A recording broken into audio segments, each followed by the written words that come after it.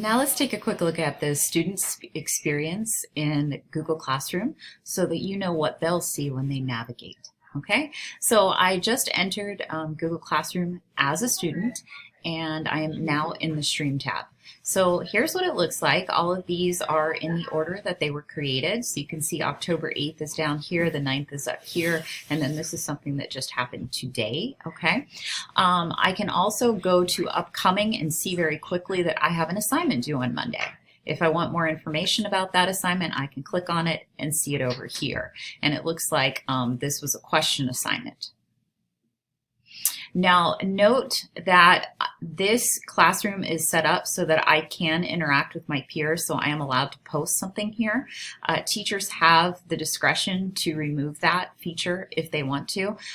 Students are able to privately post to the teacher if they have questions, but as far as public posts go, you can remove that so that only the teacher can post. You can also say that students can post, but they can't reply to other people's posts. So there is some control over how you have your students interact in here.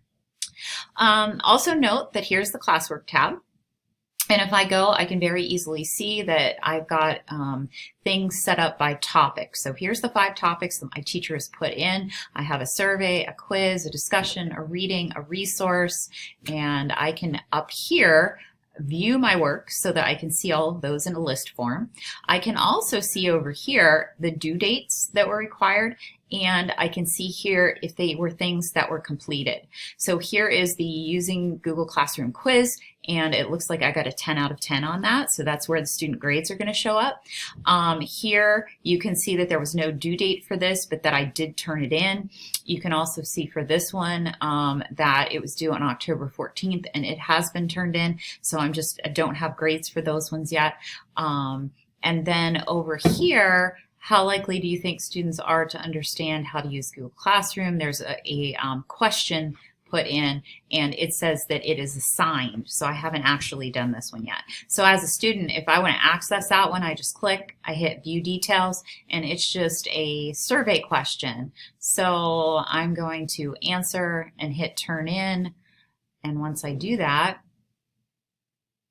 you can see that I've already answered. And it would also tell me what the other students had answered, but it wouldn't give their names, obviously. Okay. Also note that with any assignment that is in here, I have the ability to comment to the class.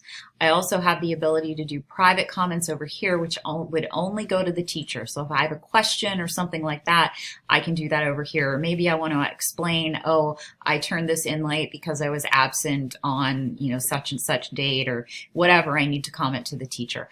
This feature, once again, over here with the class comments, it's totally controlled by the teacher. So if you want to turn that off as a teacher, you're welcome to do that. I'm going to go back to the main Classwork tab here.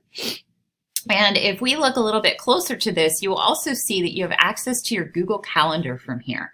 And when you click on your Google Calendar, you'll see that it's not just showing what's going on in Google Classroom, it's showing anything attached to your Google Calendar, okay?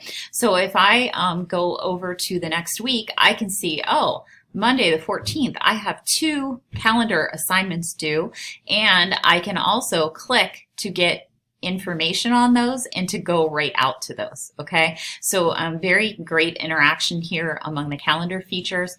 Students really like that, and they can actually turn calendar features on and off. Back at the Classwork tab, you'll also note that here is the student access to the class drive folder. So like I said, in the teacher access, when you set up a Google Class, you automatically have the folder created within Google Classroom where you can access any of that class work. Students have the exact same thing, but this is their folder for that class. So they're not going to see other students' work unless you have a collaborative thing going on in here with certain documents, okay? But that is where they access it from, and that just came up on a different tab. The other thing you have access to over here is people. So as a student, I am able to see who my teachers are. I am also able to see any classmates in my classes, okay? And obviously, there's not a lot of people in here at this point, but if this were a full class, students would be able to see everybody.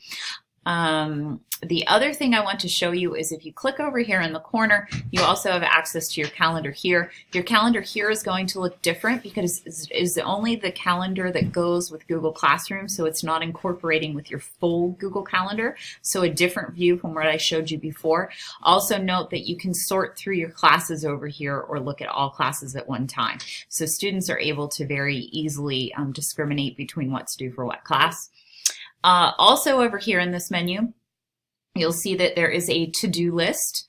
Right now, my to-do list says, woohoo, no work to do. Okay, so I've completed all of my assignments. I can also click on done to see when I completed things, they were turned in, any grades that I might have associated with those assignments. If I click back over here, the important tab too to show your students, like I showed you earlier as a teacher, is the settings tab. And that's because, again, notifications can get pretty annoying, especially if you are busy working in Classroom. And maybe students are using Classroom for multiple classes, so they might be getting all kinds of communications from that. So they can go in here and control what kind of communications they get. Okay, so that is a quick overview of what students are going to see in Google Classroom. I hope this was helpful.